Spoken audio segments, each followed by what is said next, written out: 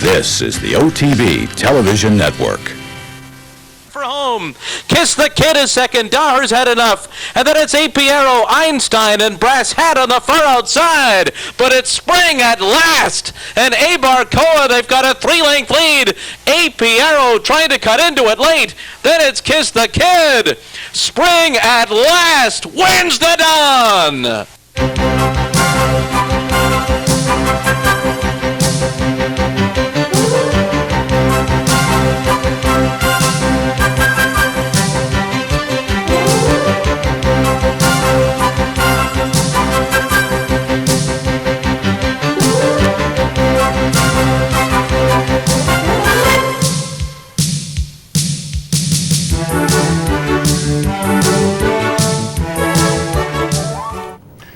Good morning, everyone, and welcome to Down the Stretch. Along with my colleague Mike VIETCH, the racing columnist with the Saratoga, I'm Mark CUSANO, welcoming you to this morning's February 9th edition of the program. And over the next 60 minutes, we will talk to you about, well, Curlin's early season schedule is set, while the NYRA franchise issue not so set. And we will be joined by trainer Gary Contessa, a man who has more horses and more stable help than any trainer in New York at this time of year. And he's going to talk to you from the human standpoint, what it would mean if there's a shutdown next week in New York.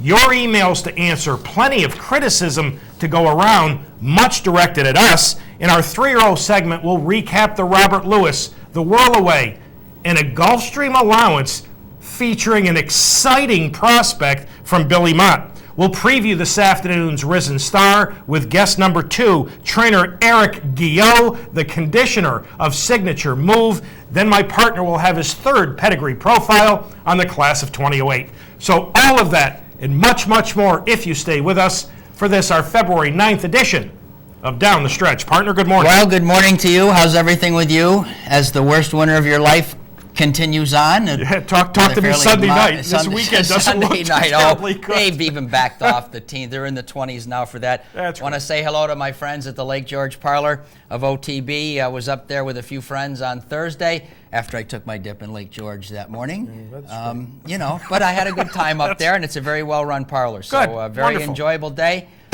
And we got a lot to talk about today, don't we? Yes, we do. Let's get to it. First, a reminder, remember, beginning of next month at the Albany Teletheater, Capitals' first annual Winter Handicapping Challenge, Saturday the 1st, Sunday the 2nd, $100 entry fee. So I assume the 15,000 you see on the screen is based on 150 entries. This is great because all the money goes back to you folks and the top 2 finishers. This is big-time stuff. Receive free entry, airfare, and hotel to the championship in early April at the Orleans in Vegas. So go to capitalotb.com for more information. The early season schedule for the reigning horse of the year was announced this past week. Steve Asmussen and owner Jess Jackson have decided to point Curlin for the Dubai World Cup. That should come as no surprise.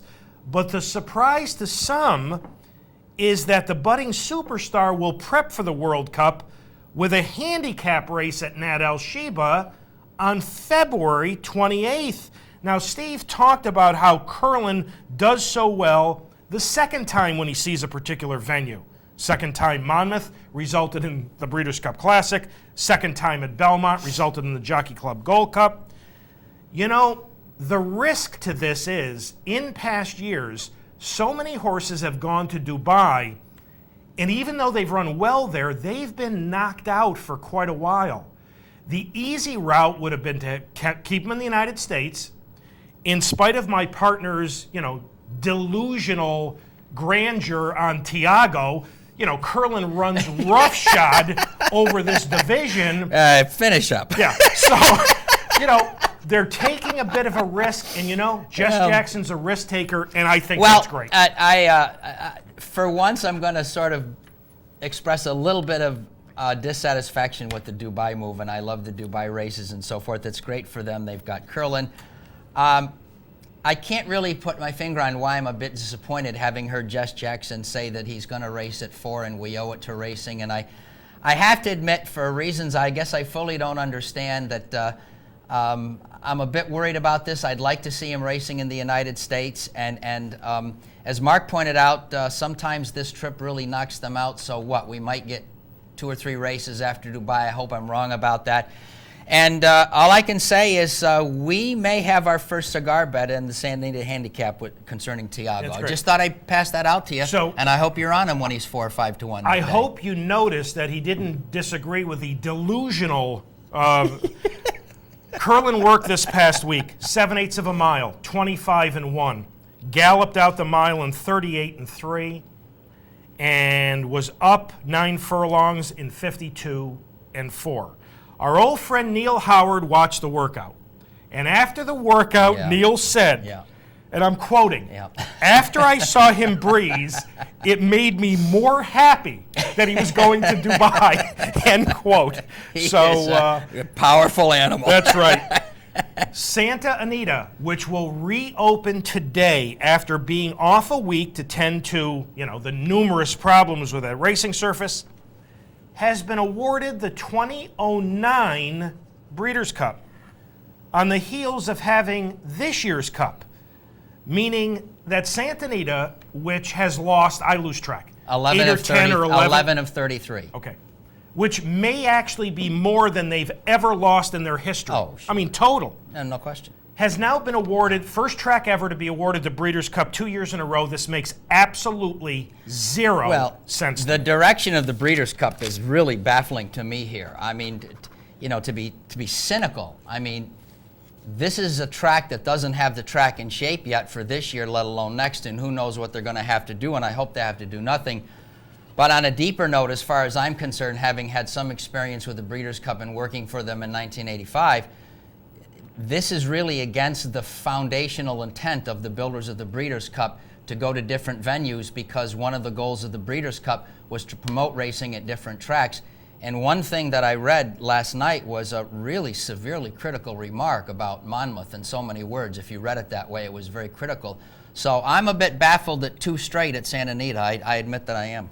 Don't agree with it. Doesn't make any sense to me. Okay, emails, and one of the emails will actually talk about the 2009 Breeders' Cup, but we begin with an email from Bill in Saratoga, who was very critical of us, actually calling us naive, and very critical of NYRA President Charlie Hayward, saying, and these are Bill's words, that Charlie has consistently lied to the audience. Now, we just got off the phone with Charlie Hayward, wanted an update on the NYRA franchise situation. The governor's people and Senator Bruno's people met last night until about 9 o'clock. There are other issues involved in this other than the makeup of the Board of Trustees, which is preventing an agreement right now. Excuse me. According to Charlie, they are making progress, although they are not close to making a deal. If you watch this show on, was it December 30th? The last Saturday of 2007, December, of last year, Charlie gave a football analogy. At that time, they were first and goal at the 9-yard line. This morning, he told our associate producer, Julie Hoxie, they are first and goal at the 19-yard line. So Bill from Saratoga. Now, Bill made an interesting point here. First of all, he said, and I'm quoting, "It's painful to watch you guys take the NYRA party line every time." Bill, if you talk to NYRA officials about how I've been on them about certain things over the years, I don't think they would agree with you. Bill makes an interesting point. Why don't you ask Charlie why NYRA doesn't sell seats, reserve seats for Saratoga, and put the money in an escrow account? And that seems pretty logical. But Charlie said they felt it would be inappropriate to take people's money with the current situation. More criticism from Bob. Bob, critical of us, Mark and Mike. I was really disappointed in your February 2nd show when you announced the resignation of Charles Waite from the NYRA Board of Trustees. You failed to mention his stated reasons. You mentioned that he was breaking from his party, but failed to mention it was the Republican Party and that he believes Joseph Bruno is the obstacle preventing an agreement on the franchise. And Bob went on to be very critical of Senator Bruno and Senator Larkin as well, although he did say, enjoy the show very much. Thank you, Bob.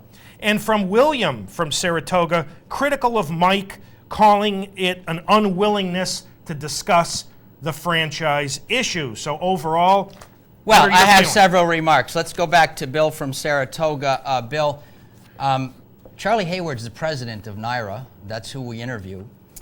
You have a remark here about that he lied about the license. I don't think you understand the full terms of why NYRA's racing today. I'd refer you to any website to look up the fact that the oversight board, pardon me, is in fact charge of New York racing right now. A line from your letter, Bill, and Mike, you talked about the franchise problems hurting seasonal rentals in town without any proof. Bill, if you live here and you talk to people, you know what's going on. If you happen to watch television last night, Holiday Inn reported that they're down 50%. Let me now go to Bob, and then I'll get to the final one you're talking about. In December 2007, you had Larkin on the air, who in my opinion was embarrassing for his lack of knowledge of the sport. In this paragraph, Bob also criticized the fact that he thought Joe Bruno's appearance was a campaign appearance. Bob, we don't tell people what to say. We try to get them on the air for you. We have questions for them. We hope that they answer them so that you learn something about the process, but we don't steer them in a direction. Back to Bill from Saratoga, the final one Mark reported on, highly critical of me. I'll start at the bottom one, critical of my unwillingness to discuss the franchise issue. Have you been watching this show for the last 3 years? You have a line in here, when you write for Daily Racing Form of the Saratogian, are you so constrained, referring to not being critical of capital OTB. Do you read the Saratogian? I'm not going to tell you where my position is on the franchise issue. It's been pretty naked for the last 3 years. Please go to the library, look it up, and read my column. If you read Daily Racing Form, Bill, pick up a copy any Sunday and see what my assignment is for Daily Racing Form. You're not listening. We have absolutely no problem with criticism. Absolutely not. No, you're very welcome. welcome. Thank you for taking the time to write. But this is a very, very complex, constantly changing issue. We do our best within the confines of this show to get you as much as we can. I will also point out, and have no problem pointing out, that OTB is giving us a studio. They're getting you tons of racing information on a weekly basis. It's ours. They invite us in here. They have been very, very professional in their oversight of us. Sometimes all of us step across the line. This is a pretty good show. I'm not afraid to say that all. And also, I'm not afraid for anyone to know where I stand on the franchise issue and my feelings about NYRA. And Charles Hayward, who's just about one of the best racetrack executives, pardon me, dealing with an incredible crowd of problems every day that I've ever met in 30 years of professional work in this game. Thanks for your notes, guys. Dave from Rensselaer asks, how worried are the two of you that with one of the NYRA Board of Trustees resigning, and that of course was Charles Waite, saying there may be a chance of Saratoga being dark this year? I'm not terribly worried about Saratoga being dark this year, although you have to say it is a remote possibility. I'm not terribly worried about that. I'm more worried than Mark Okay. is. And also, NYRA lost the 2009 Breeders' Cup because of all the stuff going on. So Santa Anita gets it back to back. Well, NYRA lost, Dave, whatever chance they had at getting the Breeders' Cup next year because the Breeders' Cup Committee, for some reason, felt they had to make this decision now. It just doesn't make any sense. Want to thank Bob from New Hartford, who has a piece of El Gato Malo, for sending us the El Gato Malo caps. Thank you, Bob. Thank you. And on a lighter note, and we do need a lighter note at this time, from Alan and Dora, we watch your show religiously and really appreciate the extra effort you put in to bring us the latest racing news and race coverage. While we were watching last week's show, Penn decided to join in the action. Who is Penn? There's Penn. There's Penn. So for the first time in nearly 16 years, we have a feline who is interested. Could he be a storm cat? Let's put it this way. That cat's got good taste. Way to go. That is awesome. So I can't remember. It might have been Pete Persico. One of the technicians said yesterday he was waiting for your pedigree profile of him. So from Alan and Dora and Penn, and from Dave and William and Bob and Bill, thank you all, even the criticism. Thank you all for your emails. For those of you who would like to correspond with us here at Down the Stretch, here are the ways you can do that. United States Postal Service down the stretch, Mark and Mike, we're going to make Penn a star. He's going to go out in his neighborhood, you know, and tell all the other cats I was on TV. Yeah. Capital District OTB 510 Smith, Schenectady 12305, or electronically at viewermail@capitalotb.com. Feature race from the week past. You saw it in the Open. The Don Handicap, where the odds-on favorite at 4-5 was number 4 Daher, coming off a trio of huge efforts since Kieran McLaughlin added blinkers. Now watch early. He's got to work pretty hard to clear the inside horse number 2, Spring at Last. Then he would come under immediate pressure from number 7 from the outside, Kiss the Kid. And surprisingly, certainly to me, Daher would give it up readily with 5/16 of a mile to go. Now, Spring at Last, the California shipper for Doug O'Neill, would benefit from the inside post, and he would parlay that into a perfect trip and a half-length score over the late-running AP Arrow number 5, Kiss the Kid, who is much better on the proper surface, would hold on to third, while Daher, dreadfully 7th of 8, as a California shipper, Spring at Last upsets the Don. Daher first, and he's first right now, but not for very long. This is as baffling as it gets.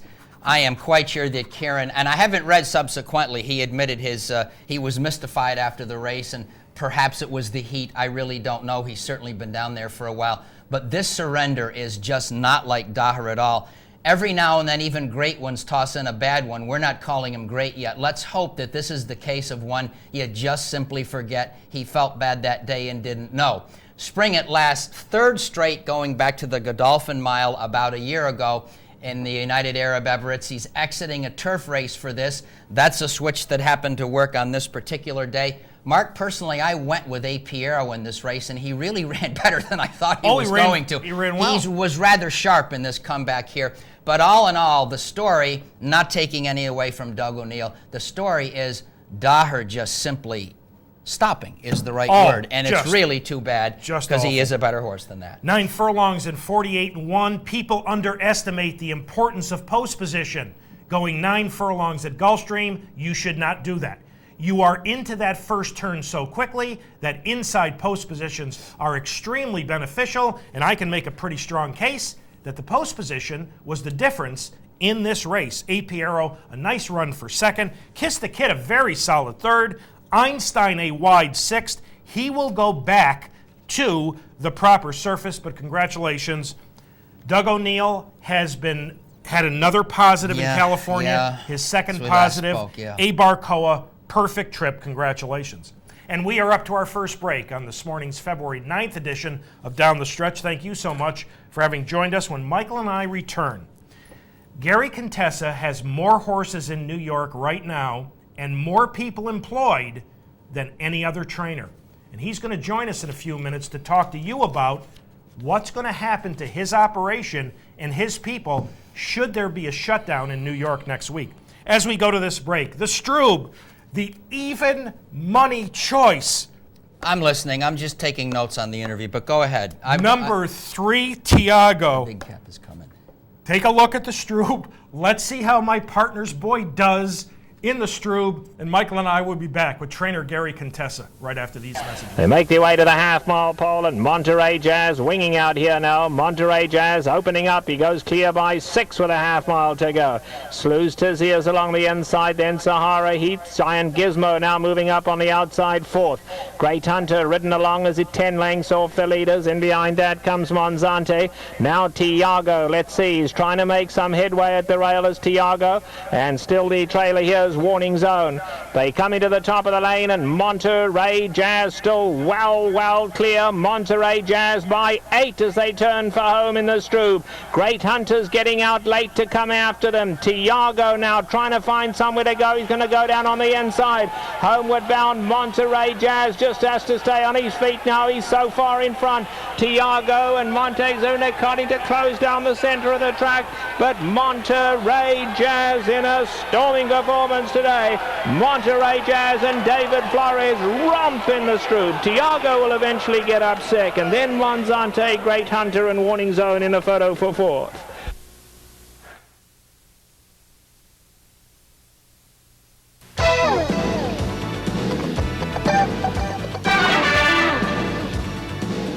This is the OTB Television Network.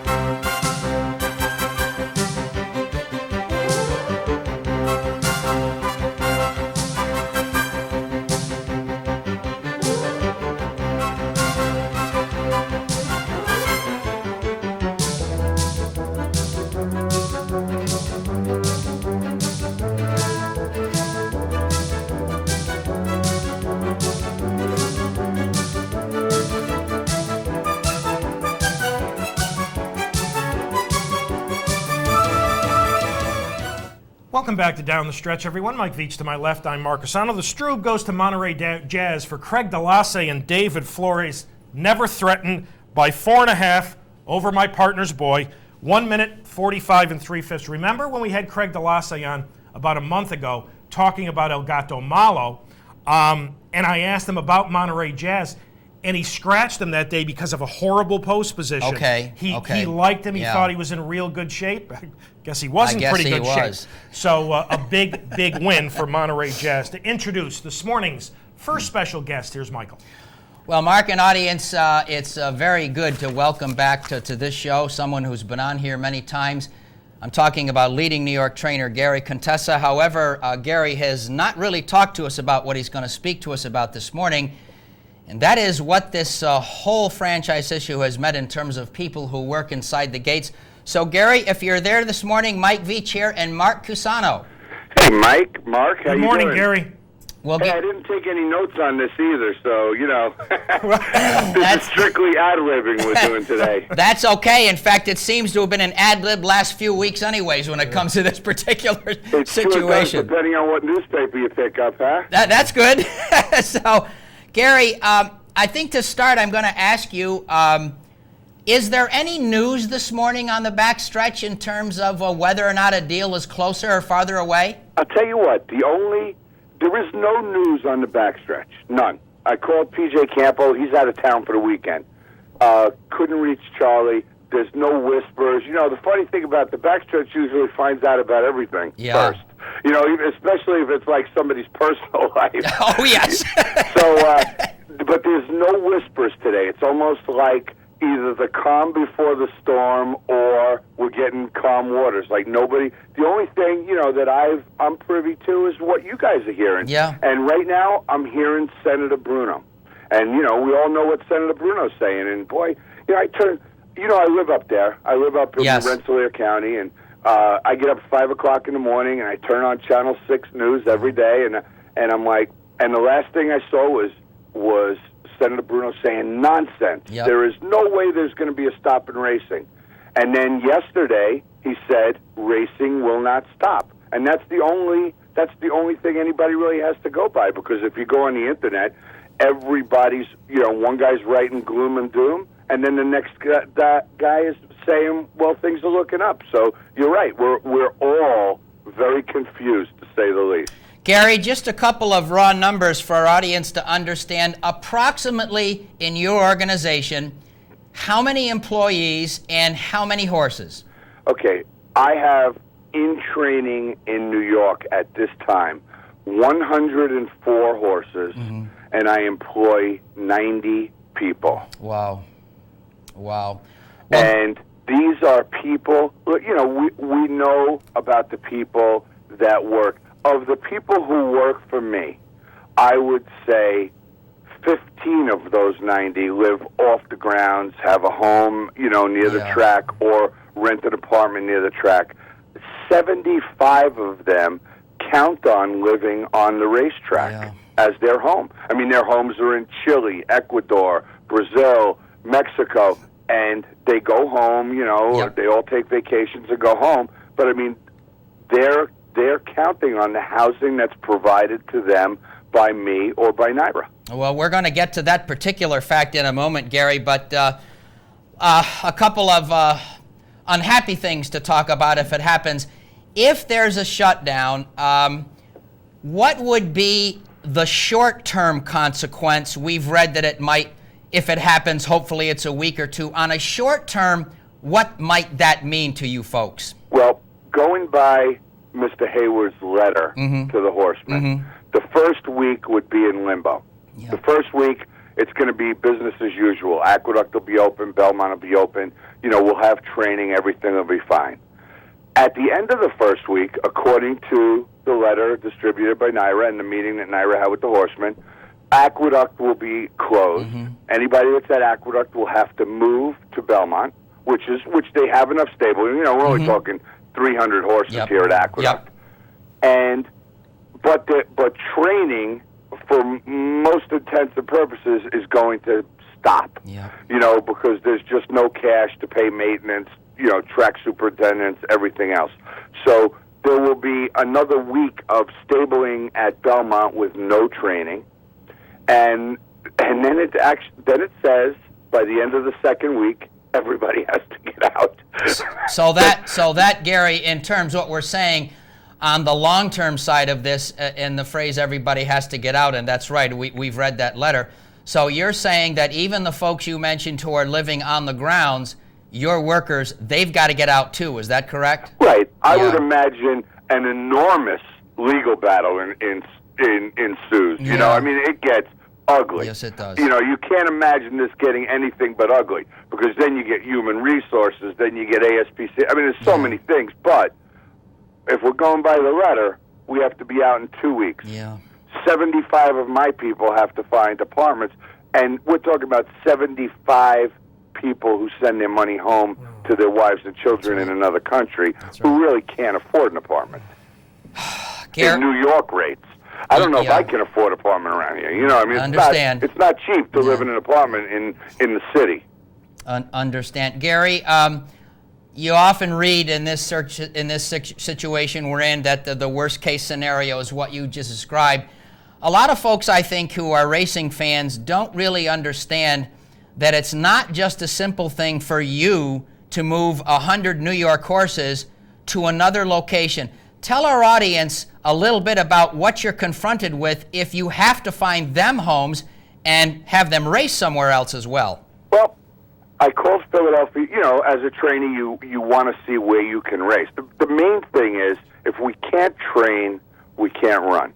I mean, an Olympic athlete is not going to sit in his house for a week and then go into competition, nor is a horse, nor is anybody. You know, everybody continually trains. Athletes train. So if we can't, we have to find a place to train. Philadelphia Park is full.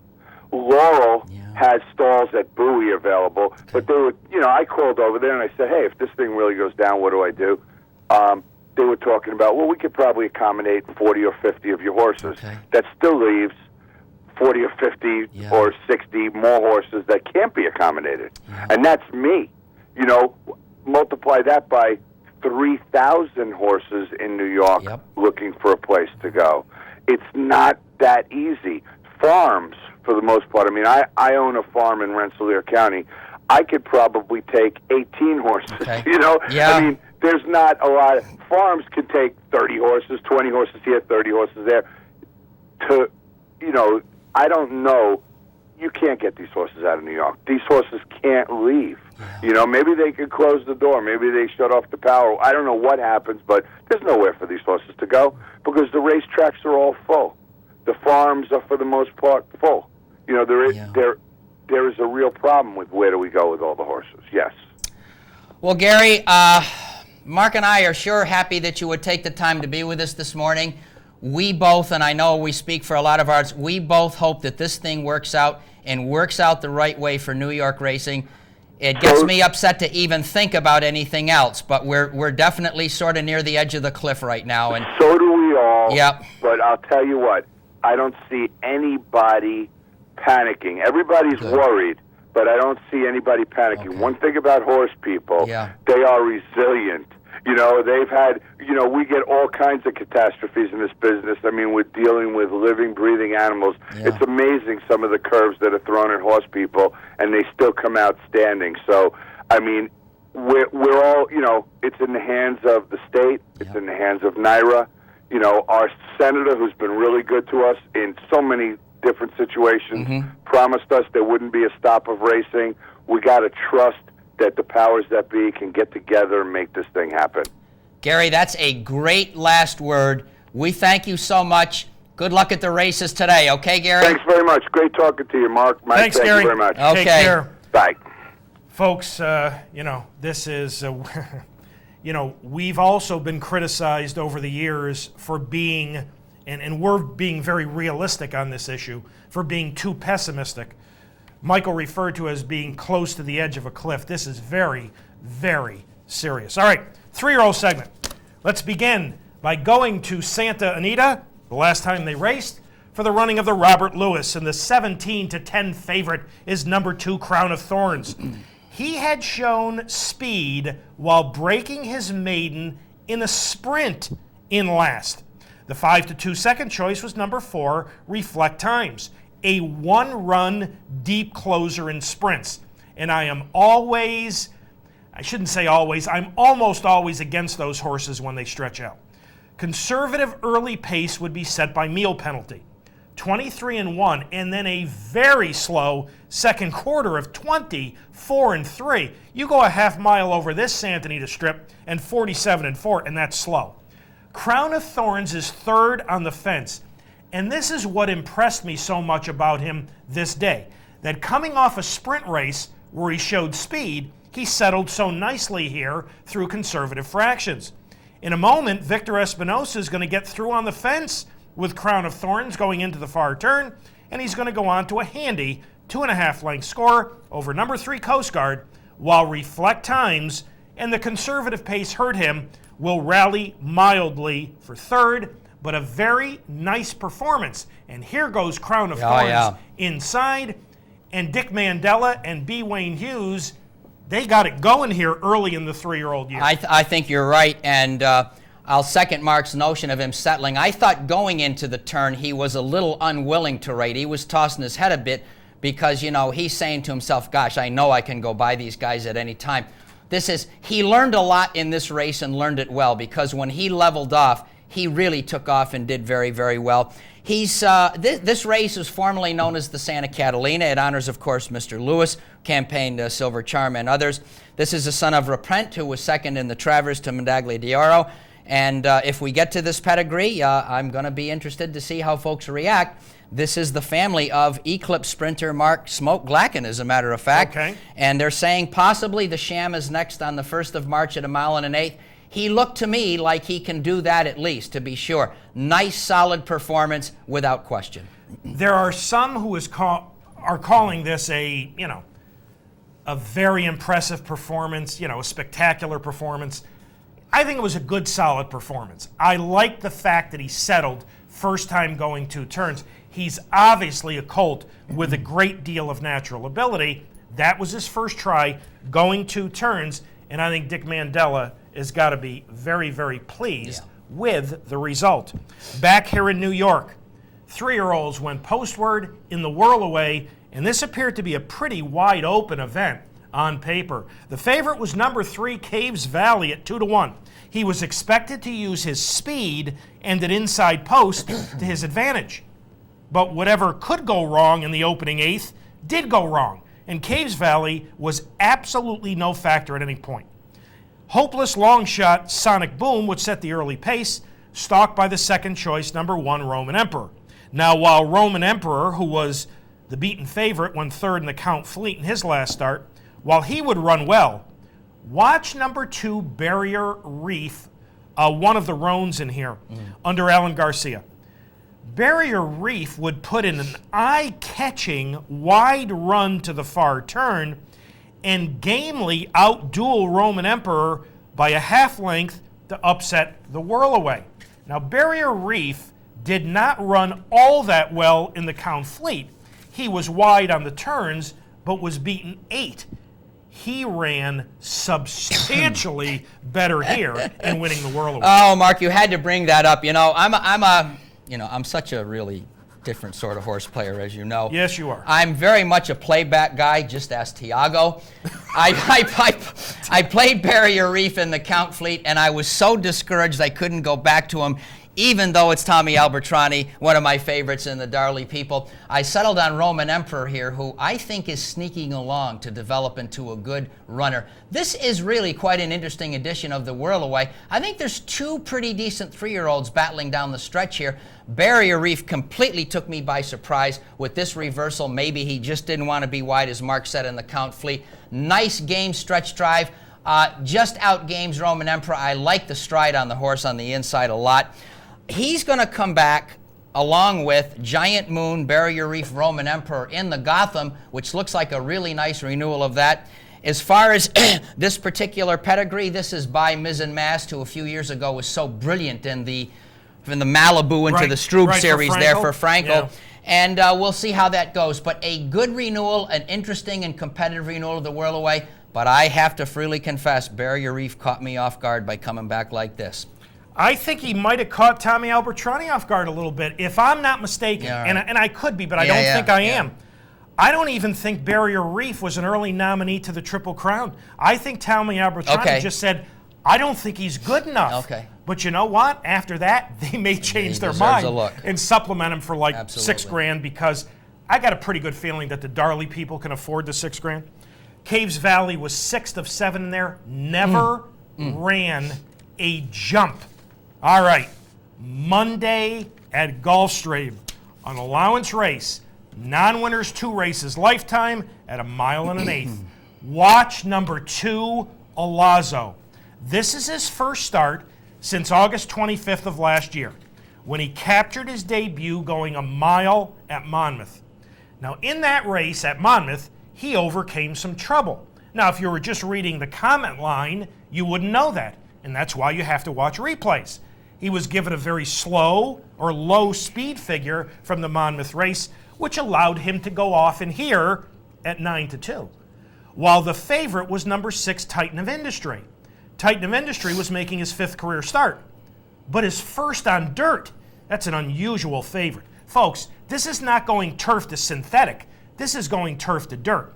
Well, the pace was a bit conservative here, 24, 48-3.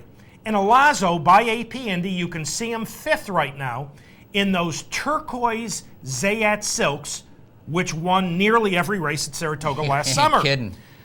Well, despite the conservative pace, watch going into the far turn when Kent DeSormo lets him go. I really like what I saw here. Now, he's not beating much, but I really like the way he's going to do it, as he's going to put in an eye-catching outside run to collar the leaders, then draw away to win by 3.5. And Mr. Mott, everybody's talking about Dick Mandela has got, an embarrassment of riches on the West Coast. You know what? Billy's in a pretty good spot here on the East Coast. He's in a spot he maybe has never been in his training career, his Hall of Fame career. The AP Indy part here, a lot of times he's got that fully extended neck and dropping it a little bit. Looked up this guy's pedigree. If we get to do it, it's classic. His 3rd dam is Broodmare of the Year, Courtly D. This is a phenomenal pedigree, as rich as it gets. Good-looking 2nd race back, going 1 1/8 miles. I have to think Billy's got a few thoughts in mind coming back at 1 1/8 miles. I know this colt is so far behind the others. Folks, let's face it. It's only his 2nd career start. So when we're talking about the Derby, yes, he's behind. But man, is he talented. 151-3 off some fairly conservative fractions. He does have a little bit of a foundation, even though he's only raced twice, because those races were at 8 and 9 furlongs. That's right. Keep your eyes on Alazzo. This could be very interesting as we proceed through this long, cold winter. All right, we're up to our final break on this morning's edition of Down the Stretch. Thank you so much for having joined us. When Michael and I return, terrific 3-year-old race at the fairgrounds in New Orleans this afternoon, the Risen Star. And we are going to talk to a gentleman, Eric Guilliot, who is bringing Signature Move in from California. As we go to this break, one more 3-year-old race from last weekend, that's the Swale. To call this a Derby prep is, in my opinion, just ridiculous. I mean, these are very good sprinters. The 3-2 favorite was number 6, Windcat, coming off a big debut win at Philadelphia Park in last for Kieran McLaughlin. So we'll take a look at the Swale going to the break, and Michael and I will be back with trainer Eric Guilliot right after these messages. And they're all in line. They're racing in the Swale. Windcat on the outside, straight to the front. Eaton's Gift is away second. Silver Edition tucks in third and just in behind the leaders. Then Coldplay to the outside. St. Joe's Surreal Deal at the rail, and Mr. Foz trails up the backstretch. Eaton's Gift has now taken the lead from Windcat. Eaton's Gift on top a half length. Windcat on the outside second. Coldplay races outside of Silver Edition and St. Joe at the half-mile pole. It's 3 lengths back to Surreal Deal, and Mr. Foz is last. A 21 4/4. Eaton's Gift and Kent DeSormo lead the way on the far turn. Windcat a half length behind in second. Coldplay under a ride going 3 wide on the turn. Silver Edition is right behind the leaders. 4 to Surreal Deal. Then St. Joe and Mr. Foz, a 44 1/2 mile. They're coming to the top of the stretch, and Eaton's Gift turns for home in front of the Swale. Windcat's now 2 lengths behind. He's under a ride. Then comes Silver Edition to the inside. Long shot Surreal Deal's running a big one, but it's all Eaton's Gift. He's opened up a 5-length lead here. And Eaton's Gift and Kent DeSormo come home the strong winner of the Swale. Surreal Deal finished second, edging out Windcat. Then came Silver Edition.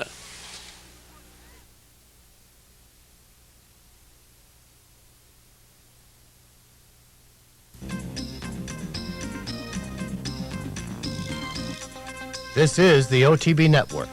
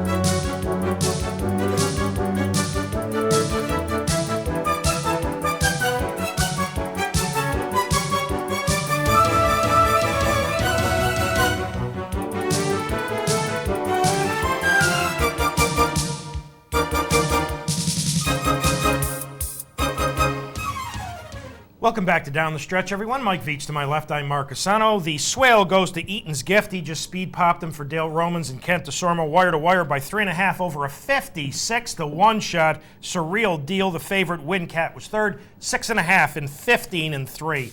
Our final guest this morning has trained the stakes winners Slew the Surgeon, Show Me the Stage. I think he won 13 stakes races during his career. Had a very nice 2-year-old last year with Salute the Sarge.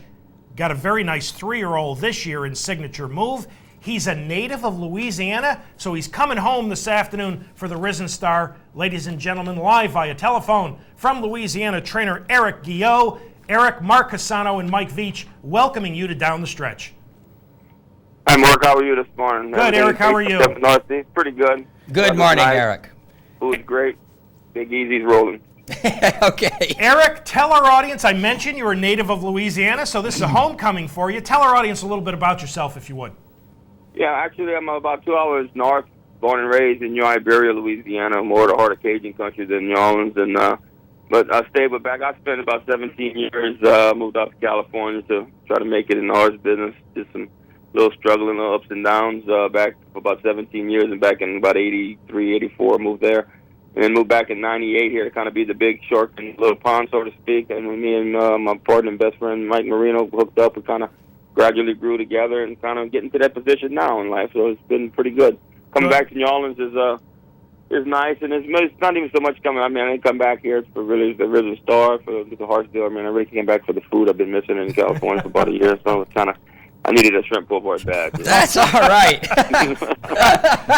Eric, let's talk about your son of vindication. He cost $625,000 at Keeneland. What made you go to that level? What did you like so much about Signature Move? Well, the 625, I thought he actually, you know, I go look at the yearlings, and Mike and I tag team him. He looks at through the pedigree. We kind of tag team. We'll go to the sale. It's kind of really fun for us. And when he stepped out of I actually bought him from one of my best friends, John Secure at Hillendale there, and John was getting. I didn't tell John. Just said, "Oh, come see my consignment." Took them all out, and he took 2 steps out, and I told Mike, "Oh my God, I'm buying this horse." And I didn't really get at the time. It didn't matter what the price was. It was gonna. If it would have been $1 million, I would have bought him. $1.2 million wouldn't have mattered. I don't think. I mean, it's not in life, in this game of the horse business. It's not how much you pay; it's what you get. Eric, we are about to watch his last start, an entry-level allowance victory on January 4th at Santa Anita, where he's going to sit nicely off just off a conservative pace, and really, without Michael Bays asking a whole lot, he's going to go on to a good-looking victory. Talk to our audience about this effort, if you would. Well, actually, if you look back, it was kind of one of those deals, you know, when you got in the horse business, my partner and I, you know, like any partner, you spend money, you're having fun, you want to get in the big races. So the San Rafael was coming up after his main race, and if you look at the previous races, he was a little rank early. He didn't like the dirt, didn't like his face messed with too much, and he threw the dirt in his face. And second race, he was settled a little bit better, but he was still took the lead too early. So instead of throwing him to the wolves in the San Rafael, I went ahead and told Mike, I said, look, if we're going to develop this horse into a nice horse like I think he is, Mike, we need to teach him to relax a little bit and quit fighting the bit and the bridle. And Michael Bays, he's got ice water in his veins. He's just as chilly as he gets. So I told him, see, and he's a humble kid. And he looked a little arrogant in the race because when you look, I said, look, just take him to the 16th pole. Don't ask him to the 16th pole. And look to the left, look to the right, and all of a sudden, chop, and there he goes, 3 in front like they were tied to a post. So, I mean, it was to me, you know, we're going to be, you know how Jerkins is the giant killer. I think this horse might be the numbers killer because he's going to mess up the rags and the bias today, in my opinion. You know? Eric, as we watch, and I've watched all of his races on videotape, he seems to carry his head a little bit high. Talk about that, if you would. Well, he has that like Vindication has a little bit like that as well. And he kind of has like a camel head. That's why I have to actually gallop him with a pony every day because he's so. He buries his head down in his chest, and he's kind of like a camel head. He's got a long crest neck, and he does seem to carry a head. But when he relax, only when you fight him, he's got a very sensitive face. He don't like being brushed, touched. He don't like being messed with. He's a very rank horse when it comes to his own space. And so when he got a sensitive mouth, when you grab him too much, he will put his head up in the air like he did in his maiden win. But if you notice the last race, when you clear the dirt and you clear it, and that's the reason why I'm coming is that. He needs an education of a wall behind a wall of horses, and he needs to be able to relax more. And he has been. His works used to work a minute flat stranglehold, going 11 and change. Now he'll go 12 and change and finish 11 and change. So I think the horse is coming around to himself. I think his head levels out. He's a beautiful long stride horse. So I think once he levels off, if you notice in the race when he's relaxed, he lowers his head. You know. Eric, this will be his first start on what we now have to refer to as an old-fashioned dirt racetrack. Is that a concern for you? No, not really, because in general, horses that's coming off the polys and the synthetic tracks have seemed to be flying over the dirt tracks. I mean, this is more of a silty dirt. You know, I mean, the times are not as fast, but he's a fit horse. If you watch the last level allowance race, he could have won a mile and a quarter that day. I mean, he was full of run. I mean, I'm not. I mean, that's why I'm here because Churchill, if I'm not mistaken, is not a synthetic track. You know. That's right.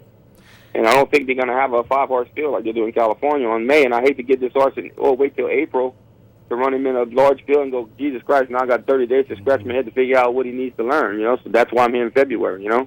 He doesn't have to win today to still be a Derby winner type horse, but he has to hit the board or get beat a couple of minutes, or maybe if they go too fast early, or, you know, he got hung wide, and, you know, a horse like Power with more experience can beat him. But my opinion, I think they need to bring their running shoes. This horse is legit.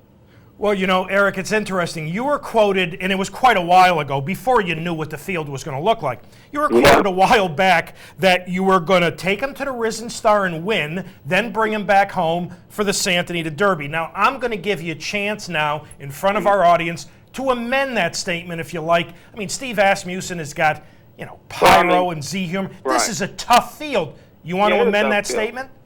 Yeah, it's a tough field, but I mean, like in life, you know, like I said, you got to always look forward. I mean, the windshield's big and the rearview mirror's small in life, you know. Yes. Plus, I'm in the Big Easy. I mean, if I'm not mistaken, didn't Louis Armstrong toot his horn with his own mouthpiece too? I mean, that's kind of how it works, right? So I do this because I like to get my partner all worked up and get all worked up, you know. Good. Listen, if I'm not going to have fun, I'm going to go back to doing something that's not 7 days a week. You know, I have to have weekends off. So if I do this, I don't do this for the money. I do this for the fame and the glory, for fun.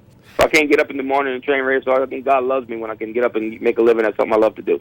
To me, I encourage that to everyone in life to do something they love to do, you know? Well, that's wonderful. Because life is not too short. Life is too long. How you like to live for 70 years and at the end of the day say, God damn, I was eligible for 65 of them, you know what I mean?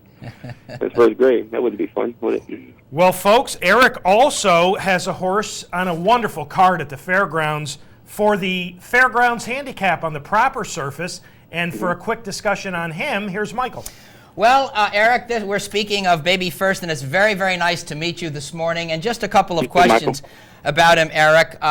He raced for the first time in a very long time in mid-January at Santa Anita. He'd been off for a long time. I don't know if you had him that long, but what was the reason for such a lengthy vacation? Actually, I did have him that long. I bought him last September, a year and a half ago, 2 Septembers back from France, and he was actually the straw that broke the camel's back of me not ever buying a horse pre-purchase without me physically flying over there and looking at him. I bought him for a sum of $420,000 in France, and when he shows up out of quarantine, he has a hole in the bottom right branch of the suspensory, and I had to do stem cell on it. Now, I was really, really aggravated, and I did the right thing by the horse, and the horse is great right now. I mean, he's doing, and, you know, I come back to New Orleans, and normally the grass course is kind of a little burnt down and kind of sandy, loomy, and short, and kind of wore out, but they haven't been using it because of the rain, and it looks like a European long weed, you know, type soft loomy going. And my opinion is the horse is doing great. He needed to race last race. He's a little bit further than the Mount 8 type, but the fairgrounds is known for backing the speed up, and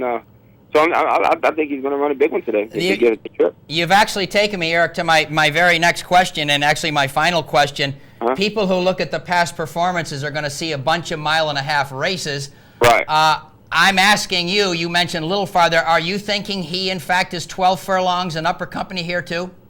Yeah, that's kind of my plan is to, he really wasn't ready to go from a mile and 1/8 off that big long layup to a mile and a half to like the San Luis Obispo over there in California. Plus, Franco got that grade 1 monster going to be in there. So I'm going to miss him. And plus, we're having a fun. We got 40 people coming. It's going to be a fun, festive day. I mean, basically, horse in this business, everybody looks any different. I mean, you know, the Kings, you know, the owners of the Kings, I'm the 90 Shine Norman, they're the jesters. I mean, if you look at it any differently, then, you know, so be it. But that's how I see it. So, I mean, we're going to be here. We're going to have a bunch of friends and family. We're going to have 2 horses in graded stakes races, you know. De La Vie. I'd rather run 4th and have fun than win a race over there in California that doesn't have any meaning to it when I was going to be there. So, I mean, that's kind of where he is. But I think he's a mile-and-a-half horse, Mike, for sure. And I think, you know, but I think he's also, if they falter up front, I think he can get him late, you know. Well, Eric, for my part, I want to tell you, I really enjoyed meeting you this way for the first time this morning, and Mark and I hope that we'll meet you in person. I want to do a story with you in person, so I hope we get the chance. Thanks for being with us. Here's Mark for a final comment. All right. Eric, I mentioned during the intro, salute the Sarge, and here he is turning for home in last year's Best Pal, battling for the lead on the outside. We haven't seen him since he drowned, like a lot of horses did, in last year's Breeders' Cup Juvenile. What's his status? Well, he was such a precocious horse. I don't think he's true route Breeders' Cup, but he would have been. But the problem with him, he was a little bit of a tired horse going to the Breeders' Cup, And if you notice the race, if you remember the race, he rode him horrible. I mean, I love Dave Floyd, but he did ride the horse bad. I mean, he went 45 shaking and driving from the gate. And I thought it been conservative, rode him like he's supposed to ride the horse. I think he runs third or fourth in the Breeders' Cup. And no one was beating Warpath that day, and he was a big, heavy horse, and, of course, you knew the slop. But this horse just came back. I gave him 2 months after the Breeders' Cup. He feels like King Kong, worked a half and 50 the other day, full of run. And hopefully he'll be a fun little 3-year-old undercard horse for us, That's kind of what I'm hoping, Nice little horse. Eric, thank you so much for your time. We appreciate it. It was great meeting you, and all the best this afternoon with Baby First in the Fairgrounds Handicap, and particularly with Signature Move in the Risen Star. We're really looking forward to seeing him run, and thanks so much for having joined us this morning on Down the Stretch. You're welcome, Mark. Thank you, Eric. Okay, bon Eric chance. E.O., ladies and gentlemen, and I'm really looking forward to Signature Move as well. If he handles the dirt and the kickback, if this pace is a little bit conservative, he's got a chance to spring the upset. I mean, Asmussen could have a pair of monsters in here in Pyro and Z Fortune, but this Signature Move's pretty good racehorse. Now, speaking of Pyro, third pedigree on the class of 2008 within this pedigree profile. You will watch him rally from far off the pace to run second in the Champagne. Then you will watch him rally from far off the pace to run second in the Breeders' Cup Juvenile. He's a winner of only one race lifetime, yet he's toward the top of everybody's list of top Derby prospects. Here's Michael's look at the pedigree of the Steve Asmussen-trained Pyro. And keep Mark's rallying remark in mind as we go through this. Pyro, bred and owned by Winchell Thoroughbreds and trained by Steve Asmussen, who's just at the peak of his powers in his career as we speak right now. His sire is Pulpit, and ever since Pulpit's first runners hit the track in 2001, he generally has had a runner or two on the Triple Crown Trail. Coming to my mind immediately are Tappet, Purge, Sky Mesa, Laity, Corinthian, and Sightseeing. Pulpit was himself when in a glorious burst of sophomore exuberance in 1997 with trainer Frankie Brothers and Claiborne Farm, he powered through victories in the Fountain of Youth and Bluegrass Stakes while making all 6 career starts as a 3-year-old. Pulpit finished 4th in the Kentucky Derby won by Silver Charm in his last start. Pulpit looked like a runner and has been worth a fortune ever since, with over 200 yearlings sold at public auction, averaging $250,000 apiece. Being a son of AP Indy makes Pulpit yet another stallion carrying the blood of the immortal battler Bold Ruler. And his mother, Preach, descends directly in tail female from her great-grandmother, Monarchy, a full sister to Bold Ruler's arch-rival, Round Table. In between the lines of those male and female sides of this paper are names like Seattle Slew, Mr. Prospector, Honest Pleasure, Raisin Native, Secretariat, Buckpasser, Nijinsky II, and Native Dancer. Was Pulpit bred to be a runner and a sire? Claiborne Farm must be very proud of that work. At stud, Pulpit is the sire of Wood Memorial winner Tappet, Hopeful Stakes winner Sky Mesa, Super Derby winner Essence of Dubai, Cigar Mile winner Purge, Woodford Reserve Turf Classic winner Stroll, and Metropolitan Handicap winner Corinthian. His mother, Pyro's mother, is Wild Vision, and you may recall last year, particularly after the Champagne Stakes, some references to Pyro as having a sprint pedigree.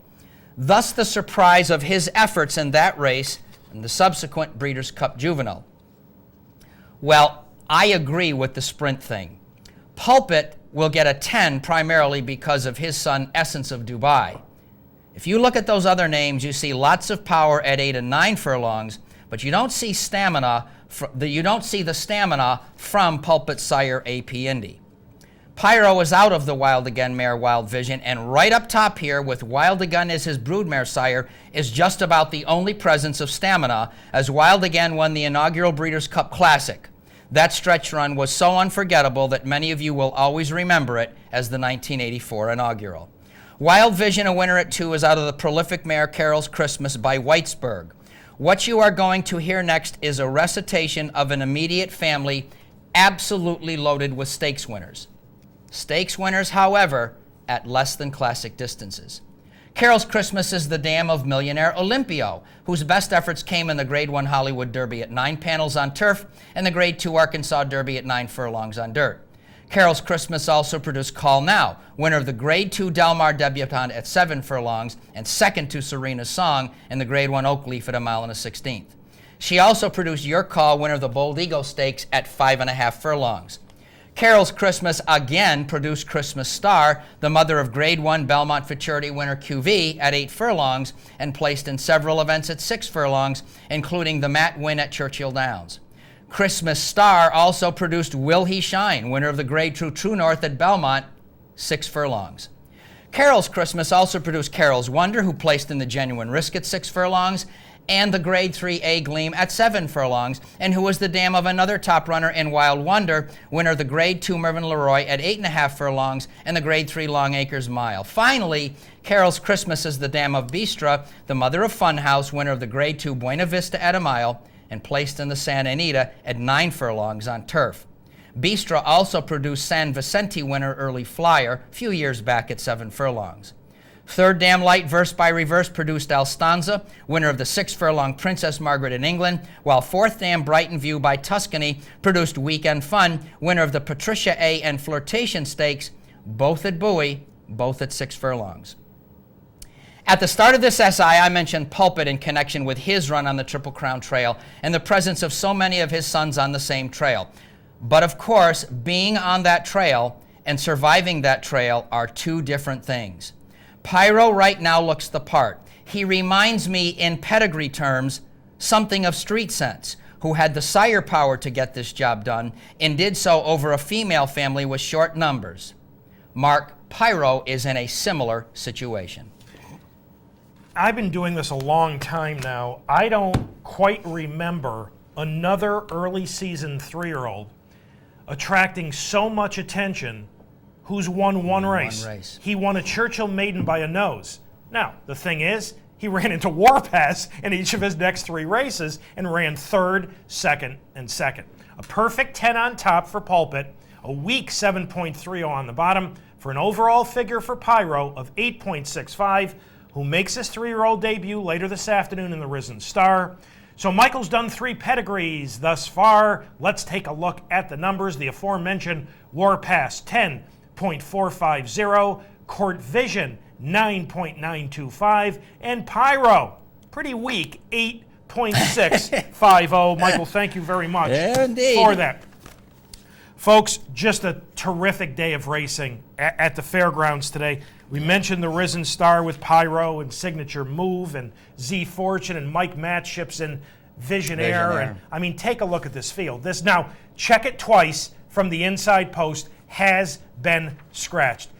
But for an early season 3-year-old race, this race came up. I agree. Big. I agree. Really, really big. Also on the fairgrounds card, the Silver Bullet Day. You've got last year's champion 2-year-old Philly Indian Blessing. The fairgrounds handicap brings Better Talk Now back. The Mine Shaft. At Gulfstream, the Forward Gal for 3-year-old fillies. At Aqueduct, the Correction. Santa Anita has the Las Virgenes and the Santa Maria. The Las Virgenes, the race which produced Rags to Riches last year. The San Antonio. Tomorrow, the San Vicente. How about Into Mischief?